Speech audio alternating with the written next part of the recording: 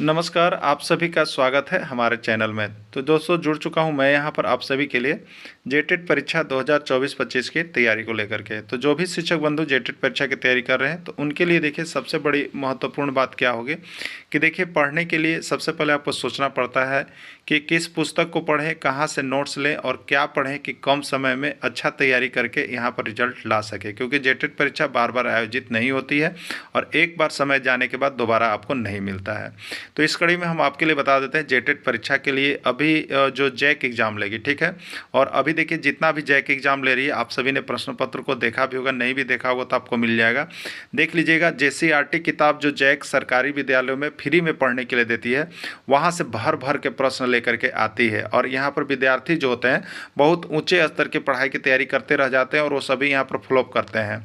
और जो यहाँ पर जेसीईआरटी जैक की किताब का हूबहू प्रश्न पढ़ के चले जा रहे हैं उनका यहाँ पर रिजल्ट बहुत ही अच्छा हो रहा है, जिसका प्रमाण भी हमने यहाँ पर अभी जो परीक्षा हुआ उसका सभी को हमने यहाँ पर जो नोट्स मिला हुआ था, नोट्स दिए थे उसको हमने अंडरलाइन करके भी भेज दिया था। लगभग देखिए आपको यहाँ पर 80% 85% प्रश्न जो है आपके जेसीईआरटी जैक की किताब से हूबहू सिंपल प्रश्न भिड़े हुए थे। तो आपका जेटेट में भी आएगा, लेकिन अब आपकी बारी है कि आप क्या डिसाइड करते हैं, ठीक है।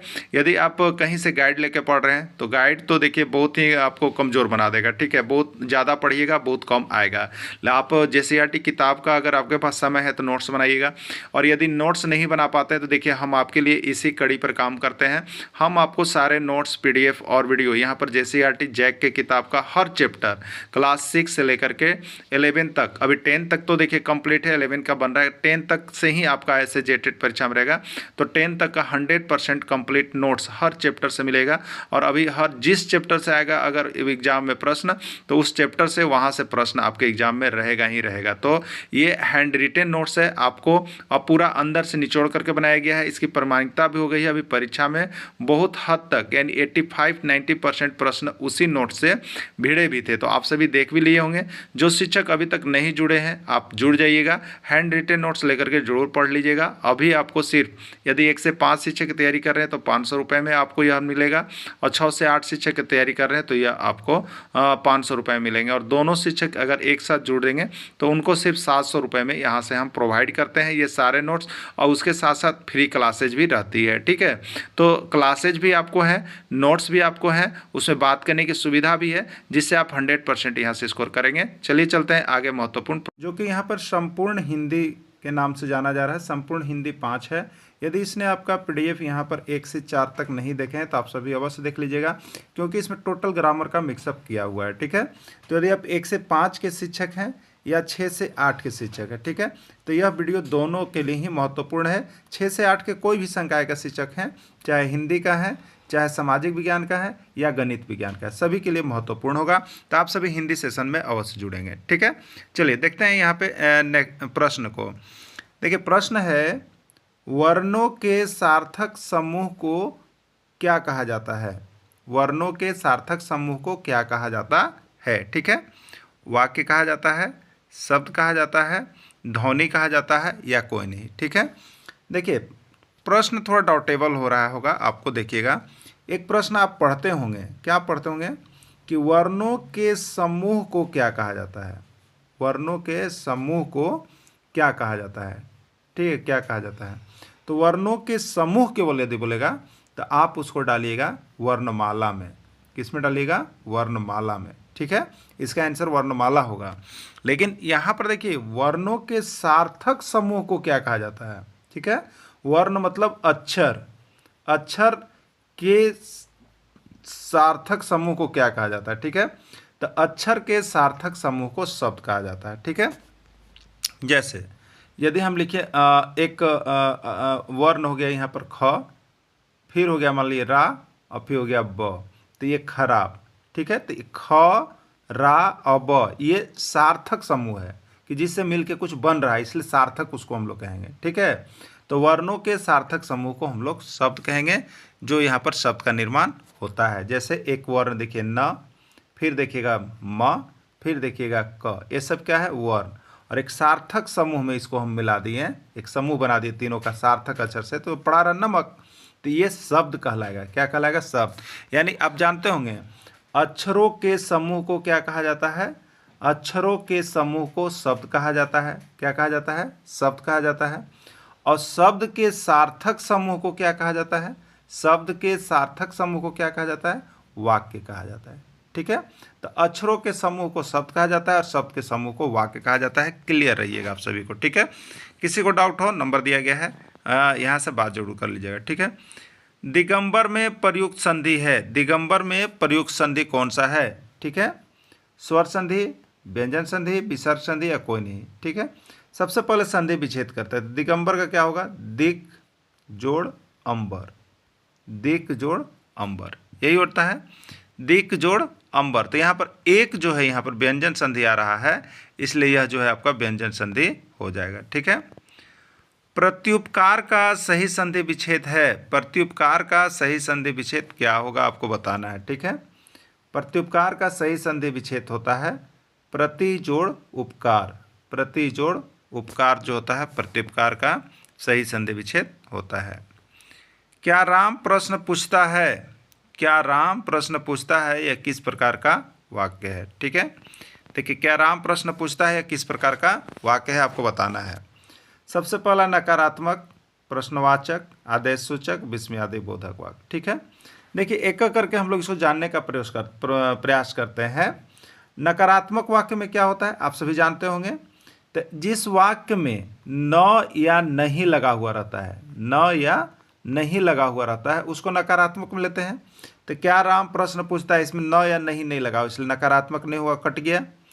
प्रश्नवाचक वाक्य वह वाक्य है जिसमें वाक्य का प्रारंभ क्या, कब, कौन, कैसे से होता है, या बीच में प्रश्नवाचक शब्द क्या, कब, कौन, कैसे आता है, या लास्ट में प्रश्नवाचक चिन्ह हंसुआ छाप ये लगा हुआ रहता है। ठीक है, तो इस तरह का अगर संकेत आए तो यहाँ पर दोनों है, क्या वाला भी है और हंसुआ छाप वाला भी है, तो ये प्रश्नवाचक में जाएगा। किस में जाएगा? प्रश्नवाचक में जाएगा। देखिएगा वाक्य के अंत में इस तरह का चिन्ह लगा हुआ है, तो ये प्रश्नवाचक वाक्य का चिन्ह है। तो ये देखिएगा यहाँ जो वाक्य पूछा, क्या राम प्रश्न पूछता है, इसमें देखिएगा यहाँ पर यही चिन्ह लगा हुआ है, प्रश्नवाचक चिन्ह, तो प्रश्नवाचक वाक्य में जाएगा। राइट आंसर इसका बी हो जाएगा। ठीक है, चलिए अगला देखिएगा, यथाशक्ति में कौन सा समास है? यथाशक्ति में कौन सा समास है? देखिए ये जो यथाशक्ति आप देख रहे हैं, ये जेटेट 2016 का भी प्रश्न है। ठीक है, और ये यथा से जुड़ा हुआ बहुत चीज़ आता है। यथाशक्ति, दूसरा का आया था आपका, देखिए यथासंभव, यथासंभव। ठीक है, फिर आया था यथा शीघ्र। तो यथा से जुड़े वाला चीज़ को याद रखिएगा। ठीक है, जो यथा से जुड़ा हुआ समास होगा वो आपको अव्ययी भाव समास में जाता है, एकदम दिमाग बना लीजिएगा। और यथा वाला बार बार पूछता है आपको, बहुत जगह ये परीक्षा में प्रश्न आ गया है। ठीक है, तो आप सभी दिमाग में याद रख लीजिएगा। इसका आंसर हो गया अव्ययी भाव समास। देखिए यहाँ पर लिखा हुआ है, यथा से प्रारंभ लगभग शब्दों में अव्ययी भाव समास होता है। लगभग शब्दों में अव्ययी भाव समास होता है। पत्र को पढ़ना किस प्रकार के भाषा का उदाहरण है? पत्र को पढ़ना किस प्रकार के भाषा का उदाहरण है? देखिए एमपी टेट 2019 में आया हुआ प्रश्न है, यहाँ पर लिखा हुआ है, पत्र को पढ़ना किस प्रकार के भाषा का उदाहरण है? मौखिक भाषा, लिखित भाषा, सांकेतिक भाषा या कोई नहीं। ठीक है, तो देखिए मौखिक भाषा में क्या होता है कि हम बिना किसी चीज़ को देखे हुए, बिना पढ़े हुए भाषण देते हैं, तो वो मौखिक भाषा हो गया। बिना किसी चीज़ को देखे यदि भाषण दे रहे हैं। लिखित भाषा में क्या होता है, तो लिखा हुआ चीज़ को देख करके यदि भाषण दे रहे तो लिखित भाषा, और किसी के संकेत के आधार पर कुछ हम भाषण दे रहे तो सांकेतिक भाषा। तो ये होता है तीनों भाषा। तो पत्र को पढ़ना क्या है, तो पत्र को पढ़ रहे हैं मतलब लिखा हुआ चीज़ हम पढ़ रहे हैं, इसलिए लिखित भाषा में चला जाएगा। राइट आंसर इसका लिखित भाषा होगा। हिंदी किताब का कहानी पढ़ना किस प्रकार के भाषा का उदाहरण है? ये बिहार टेट में आया हुआ है। देखिए बिहार टेट में लिखा हुआ है, हिंदी किताब की कहानी पढ़ना किस प्रकार के भाषा का उदाहरण है? मौखिक भाषा, लिखित भाषा, सांकेतिक भाषा या कोई नहीं। ठीक है, तो हिंदी किताब का कहानी पढ़ना, तो देखिए कहानी लिखा हुआ होगा, किताब क्या होगा? लिखा हुआ होगा। ठीक है ना, लिखा हुआ होगा और उससे पढ़ रहा होगा, उससे पढ़ रहा होगा। ठीक है, तो लिखा हुआ चीज़ को पढ़ना यहाँ पर लिखित भाषा हम लोग कहेंगे, लिखित भाषा में चला जाएगा। ठीक है, समाचार पत्र का शीर्षक पढ़ना, समाचार पत्र का शीर्षक पढ़ना किस प्रकार के भाषा का उदाहरण है? सीजी टेट 18 में और एमपी टेट 13 दोनों जगह ये प्रश्न पूछा गया था। ठीक है, मौखिक भाषा होगा, लिखित भाषा, सांकेतिक भाषा या कोई नहीं। समाचार पत्र का शीर्षक लिखा हुआ है और लिखा हुआ चीज़ को आप पढ़ रहे हैं, इसलिए इसको लिखित भाषा में आप डालेंगे। ठीक है, चलिए लिपि, पंजाबी भाषा की लिपि है, पंजाबी भाषा की लिपि है देवनागरी, रोमन, गुरुमुखी या फारसी। ठीक है, तो देखिए यहाँ पर जो है पंजाबी भाषा की लिपि वो आपको गुरुमुखी है। प्रश्न 1001 बार एग्जाम में आया हुआ है, आपका जेटेट में भी ये पूछा गया है प्रश्न 2012 में। ठीक है, तो इस तरह से बहुत ही इंपॉर्टेंट प्रश्न है। लिपि यहाँ से एक चीज़ देख के जाइएगा, एक न एक लिपि आपके एग्जाम में पूछ दिया जाता है। ठीक है, देखिए हरियाणा टेट में भी आया हुआ है और सीजी टेट में भी आया हुआ प्रश्न है। ठीक है, और झारखंड में भी। अंग्रेजी भाषा की लिपि है, अंग्रेजी भाषा की लिपि है देवनागरी, रोमन, गुरुमुखी या फारसी। ठीक है, तो अंग्रेजी भाषा की लिपि कौन सी होती है? अंग्रेजी का रोमन होता है, अंग्रेजी का रोमन होता है। ठीक है, चलिए अगला देखिएगा। उर्दू भाषा की लिपि है, उर्दू भाषा की लिपि है देवनागरी किसका है? हिंदी का है। रोमन किसका है? अंग्रेजी का है। गुरुमुखी किसका है? पंजाबी का है। तो यहाँ पर उर्दू का क्या होगा? फारसी होगा। राइट आंसर डी होगा, उर्दू का फारसी होगा। बंगाली भाषा की लिपि है गुजराती, मराठी, बंगाली या फारसी। ठीक है, तो बंगाली की भाषा जो होगा वो बंगला होगा। क्लियर, चलिए अगला देखिएगा। गायक का सही संधि विच्छेद है, गायक का सही संधि विच्छेद है गा जोड़ अक, गै जोड़ अक, गे जोड़ यक, गै जोड़ यक, क्या होगा? ठीक है, तो गायक का सही संधि विच्छेद होता है गै जोड़ अक, गै जोड़ अक गायक होता है। ठीक है, वाह हम लोग मैच जीत गए, वाह हम लोग मैच जीत गए, यह किस प्रकार के वाक्य का है?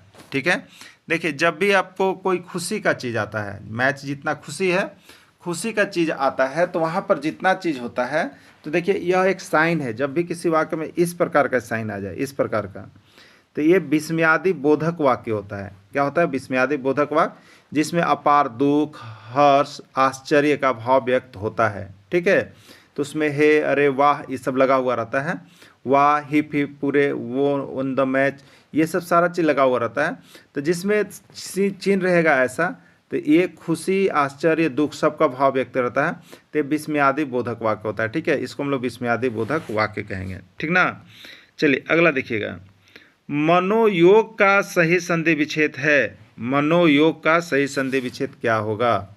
मनो जोड़ योग, मनः जोड़ योग, मनः जोड़ा योग, कोई नहीं। ठीक है, तो मनोयोग का सही संधि विच्छेद होगा मनः जोड़ योग। ठीक है, मनः जोड़ योग किस में है? आपका बी में है। क्लियर, चलिए अगला देखिएगा। तुम वहाँ जाओ, यह किस प्रकार का वाक्य है? चलिए, तुम वहाँ जाओ, ये किस प्रकार का वाक्य है आपको बताना है। विस्मयादि बोधक, आदेश सूचक, प्रश्नवाचक, नकारात्मक। ठीक है, तो विस्मयादि बोधक होता तो किस प्रकार का होता? इस तरह का संकेत रहता। आदेश सूचक मतलब आदेश दिया जा रहा था, देखिए ये ऑर्डर ही है कि तुम वहाँ जाओ, तो ये आदेश सूचक वाक्य होगा। प्रश्नवाचक में क्या लगा हुआ रहता? ये लगा हुआ रहता। और नकारात्मक क्या लगा रहता? नहीं लगा हुआ रहता। पहचानिएगा, वाक्य बार बार आ जाता है आपको। ठीक है, तो इसको पहचानने का तरीका याद रखिएगा आप लोग। क्लियर, चलिए अगला देखिएगा। सप्तर्षि में कौन सा समास है? सप्तऋषि में कौन सा समास है? सप्तर्षि में कौन सा समास है? ठीक है, चलिए देखते हैं। द्विगु समास, द्वंद्व समास, बहुब्रीहि समास या तत्पुरुष समास। ठीक है, सप्तर्षि का मतलब होता है 7 तारों के समूह को सप्तर्षि कहते हैं। ठीक है, देखिए यहाँ पर जो हम विग्रह किए तो ये 7 हुआ। 7 क्या चीज़ है? संख्यावाचक। तो जितने भी संख्यावाचक चीज़ें आती है वो किस में जाती है? तो यहाँ भी संख्यावाचक वाला एगो समास है द्विगु। द्विगु माने क्या होता है? 2। ये भी संख्यावाचक है, तो संख्यावाचक वाला चीज़ संख्यावाचक में चला जाएगा। तो 7 तारों के समूह को हम लोग सप्तर्षि कहते हैं और यह संख्यावाचक है, इसलिए द्विगु समास में जाएगा। ठीक है, द्विगु समास में जाएगा, द्वंद्व में नहीं जाएगा, द्विगु में जाएगा। क्लियर, चलिए अगला देखिएगा। ये रिपीटेड हो गया है। ठीक है, ये अभी प्रश्न बता ही दिए हैं लेकिन रिपीटेड हो गया है, कोई बात नहीं है। चलिए अगला देखते हैं। बुढ़ापा किस प्रकार की संज्ञा है? बुढ़ापा किस प्रकार की संज्ञा है? देखिए प्रश्न कहाँ का आया है? सीजी टेट और एमपी टेट दोनों जगह प्रश्न आया हुआ है। बुढ़ापा किस प्रकार की संज्ञा है? जातिवाचक, भाववाचक, द्रव्यवाचक या कोई नहीं। ठीक है, तो देखिए यहाँ पर अवस्था से संबंधित कोई भी चीज़ आता है, जैसे बुढ़ापा हो गया, जवानी हो गया, बच्चा हो गया और बचपना हो गया, ये सब जितना भी चीज़ जो अवस्था से जुड़ा हुआ चीज़ आ रहा है वो सभी भाववाचक संज्ञा में जाते हैं। यानी वैसी संज्ञा जिसको सिर्फ हम अनुभव कर सकते हैं, व्यक्त नहीं कर सकते हैं, वो उसको हम लोग भाववाचक संज्ञा में डालते हैं। तो ये अवस्था भी उसी का एक रोल है, इसलिए उसको आप भाववाचक संज्ञा में लेके जाएंगे। राइट आंसर बी हो जाएगा। मिठास किस प्रकार की संज्ञा है? मिठास किस प्रकार की संज्ञा है? आर टेट और एच टेट दोनों का प्रश्न ये है, मिठास किस प्रकार की संज्ञा है? व्यक्तिवाचक, जातिवाचक, भाववाचक या द्रव्यवाचक, कौन सी संज्ञा आपको बताना है। ठीक है, देखिए मिठास क्या चीज़ है? तो स्वाद से जुड़ा हुआ चीज़ है। स्वाद से आप इसको क्या कर सकते हैं? सिर्फ खा करके अनुभव कर सकते हैं, किसी को बता नहीं सकते हैं कि कितना मीठा और कितना खराब लग रहा है। जितना आपका दिल में है वो किसी को कोई नहीं सुना सकता, सिर्फ अपने अनुभव कर सकता है। तो ये सारी चीज़ें भाववाचक संज्ञा में चली जाती है। तो आप जुड़िएगा, स्वाद से जुड़ा हुआ चीज़ कुछ भी आ जाए, स्वाद से जुड़ा हुआ चीज़ कुछ भी आ जाए और पूछेगी कौन सी संज्ञा है, जैसे मीठा, खट्टा, तीता, नमकीन, ये स्वाद से जुड़ी हुई कोई भी चीज़ आ जाए तो सभी भाववाचक संज्ञा के अंतर्गत चली जाती है। ठीक है, शिक्षक किस प्रकार की संज्ञा है? शिक्षक किस प्रकार की संज्ञा आपको बताना है। ये बिहार टेट का है और ये सीजी टेट का है। ठीक है, शिक्षक किस प्रकार की संज्ञा है? व्यक्तिवाचक, जातिवाचक, भाववाचक या कोई नहीं। ठीक है, तो शिक्षक एक जाति है, इसलिए वह जातिवाचक संज्ञा का उदाहरण होगा। प्रश्न आपको देखिए आया हुआ है। ठीक है, क वर्ग का उच्चारण स्थान है। क वर्ग का उच्चारण स्थान क्या है? मूर्धा है, दंत है, ओष्ठ है, कर्ण। ठीक है, क वर्ग मतलब हो गया, देखिए क, ख, ग और घ, ये ठीक है क वर्ग में आता है। ठीक है, तो ये क वर्ग में इन सभी का उच्चारण स्थान क्या हो जाएगा? आपका कंठ हो जाएगा। ठीक है, क से कंठ, क से कंठ। क्लियर? तो क का भी उच्चारण स्थान कंठ है, ख का पूछेगा तो ख का भी उच्चारण स्थान कंठ है, ग का भी कंठ है, घ का भी कंठ है। ठीक है, चलिए अगला देखिएगा। शायद कल वर्षा होगी, यह किस प्रकार का वाक्य है? आदेश सूचक वाक्य। आदेश सूचक वाक्य में आदेश दिया जाता है, तुम वहाँ जाओ, आप ये करो, वो ये चीज़ लाओ, ये आदेश होता है। लेकिन यहाँ पर कोई आदेश नहीं हो रहा, इसलिए आदेश सूचक नहीं होगा। नकारात्मक वाक्य में नहीं लगा हुआ रहता है, वाक्य में यहाँ कहीं भी नहीं लगा हुआ है, इसलिए नकारात्मक वाक्य भी नहीं होगा। ठीक है, संदेहार्थक वाक्य, देखिए प्रश्न पढ़ने के बाद संदेह वाली बात है कि शायद कल वर्षा होगी, यानी संदेह है कि शायद वर्षा होगी, संदेह, तो ये संदेह वार्थक में ही जाएगा, संदेह हार्थक वाक्य में ही जाएगा। और प्रश्नवाचक में प्रश्नवाचक चिन्ह लगा हुआ रहता है, इसलिए ये भी नहीं होगा। तो राइट आंसर इसका सी हो गया। देखिए इसी तरह से आप छाट छाट के बनाइएगा ना तो आपको जरूर आ जाएगा। ठीक है, और अच्छे अंक उड़ जाएंगे। देखिए अभी तक जो भी शिक्षक यहाँ पर जेटेट की तैयारी के लिए नहीं जुड़े हैं, तो देखिए आपको सबसे, किसी भी चैनल पर जाइएगा, सबसे कम रेट में 500 रुपये में यही आपको जेटेट का तैयारी सबसे कम में करवाया जा रहा है। दूसरी खास विशेषता है कि लोग बहुत ज़्यादा प्रश्न पढ़ा रहे हैं आपको, 1 घंटा 2 घंटा, लेकिन हम आपको सिर्फ 20-25 मिनट का टाइम लेते हैं। और उसके बाद यहाँ प्रश्न भी आपको कम हम करवा रहे हैं, सिर्फ रिपीटेड करवा रहे हैं, प्रश्न भी कम है। और यहाँ पर जैक से अभी तक जितना बार एग्जाम लिया जा रहा है, हर बार यहाँ से प्रश्न आपका हूबहू लिखा हुआ बहुत ज़्यादा भिड़ता है। कितनों आप प्रैक्टिस सेट बनाए होंगे। ठीक है, तो आप सभी जो नहीं जुड़ पाए हैं, देखिए यहाँ पर 500 रुपये में जुड़ कर तैयारी कर लीजिए, घर बैठे आपकी तैयारी हो रही है और वहाँ से आप आराम से एकदम यहाँ पर जेटेट परीक्षा निकाल सकते हैं। बात करने की पूरी आपको सुविधा रहेगी। तो अभी भी जुड़ जाइएगा, मोबाइल नंबर आगे दिया गया है। ठीक है, तो ये संदेहार्थक वाक्य में चला जाएगा। किस शब्द में बहुब्रीहि समास नहीं है? बहुब्रीहि समास नहीं है। ठीक है, बहुब्रीहि समास में क्या होता है? तो विशेष अर्थ निकलता है, जिसका विशेष अर्थ निकलता है वो बहुब्रीहि समास है। ठीक है, तो देखिए दशानन, दशानन में क्या कहेंगे? 10 हो आनंद जिसका, 10 हो आनंद जिसका, ये हो गया दशानन। तो इसी को हम लोग क्या कहेंगे? रावण। ये रावण के सेंस में चला है। देखिए एक नया नाम निकला, तो जिसका विशेष अर्थ निकलेगा वो बहुब्रीहि में जाएगा, रावण हो गया। चक्रपाणी, चक्र हो पानी जिससे विष्णु भगवान हो गया, ये विशेष अर्थ निकला। बजरंगी, बजरंग भगवान जी का निकला, ये भी विशेष अर्थ निकला। सप्तर्षि में ये विशेष अर्थ नहीं निकल रहा है, इसलिए बहुब्रीहि समास इसमें नहीं है। ठीक है, तो सप्तर्षि में बहुब्रीहि समास नहीं है, बाकी सब में बहुब्रीहि समास है। भाषा संस्कृत के किस शब्द से बना है? देखिए कहाँ कहाँ, UP TET, MP TET, CG TET, तीनों जगह प्रश्न पूछा है। भाषा संस्कृत के किस शब्द से बना है? भास, भाषा, भाव या कोई नहीं। ठीक है, तो भाषा शब्द संस्कृत के भास धातु से बना हुआ है, याद रखिएगा भास होगा, राइट आंसर ये होगा। ठीक है, भाषा की सबसे छोटी इकाई है, भाषा की सबसे छोटी इकाई कौन है? वर्ण है, शब्द है, स्वर है या कोई नहीं। ठीक है, भाषा की सबसे छोटी इकाई कौन है? तो भाषा की सबसे छोटी इकाई वर्ण है। भाषा की सबसे छोटी इकाई वर्ण है। बिहार टेट, एच टेट, अभी एसएससी सीजीएल हुआ था उसमें भी ये प्रश्न बहुत ही इंपॉर्टेंट है, बहुत बार आया हुआ है, शायद आपके एग्जाम में आ जाए। और जेटेट 2012 में भी ये प्रश्न पूछा गया था, देखे ना। तो हम केवल वैसे ही प्रश्नों को आपको करवा रहे हैं जो कि रिपीटेड हो रहा है, और साथ ही उस पर आधारित सारे प्रश्नों को क्लियर करते चल रहे हैं। बस जुड़ने की आपकी आवश्यकता यहीं पर है। ठीक है, अगला, वर्णों के क्रमबद्ध समूह को क्या कहा जाता है? देखिए एक प्रश्न यहाँ आ भी गया, ये डेट में था। ठीक है, तो वर्णों के क्रमबद्ध समूह को क्या कहते हैं? वर्ण कहते हैं, वर्ण भाषा कहते हैं, वर्णमाला कहते हैं, कोई नहीं। ठीक है, तो वर्णों के क्रमबद्ध समूह को हम लोग वर्णमाला कहते हैं। ठीक है, वर्णों के क्रमबद्ध समूह को क्या कहते हैं? वर्णमाला कहते हैं। प वर्ग का उच्चारण स्थान है, प वर्ग का उच्चारण स्थान है, कौन सा है? दंत है, कंठ है, ओष्ठ है, कोई नहीं। ठीक है, तो देखिए क वर्ग में क ख ग ग, ठीक है, इसका कंठ, क का कंठ। ठीक है, फिर यहाँ पर च हो गया। ठीक है, च छ, तो कंठ के बाद तालु, उसके बाद मूर्धा, उसके बाद दंत, फिर ओष्ठ। ठीक है, तो ओष्ठ होगा, प वर्ग का उच्चारण स्थान ओष्ठ होता है, याद रखिएगा। इसमें कौन सा वाक्य नकारात्मक वाक्य है? इसमें कौन सा वाक्य नकारात्मक वाक्य है, पहचानिएगा। ठीक है, चलिए पहचानते हैं हम सभी को। राम पत्र पढ़ता है, राम पत्र पढ़ता है, इसमें नहीं, कहीं भी नहीं आया हुआ है, इसलिए नकारात्मक वाक्य नहीं है। वे स्नान नहीं करते हैं, देखिए इसमें नहीं शब्द आया हुआ है, इसलिए यह नकारात्मक वाक्य है, नकारात्मक वाक्य है। रमेश कल पटना जाएगा, देखिए इसमें नकारात्मक नहीं, कहीं भी नहीं आया हुआ है, इसलिए नकारात्मक वाक्य नहीं है। बच्चे क्यों, क्यों लग गया, मतलब ये प्रश्नवाचक है, यानी निगेटिव कौन हुआ? तो सिर्फ बी हुआ, नकारात्मक वाक्य सिर्फ बी हो गया है। क्लियर, चलिए अगला देखिएगा। किस शब्द में तत्पुरुष समास नहीं है?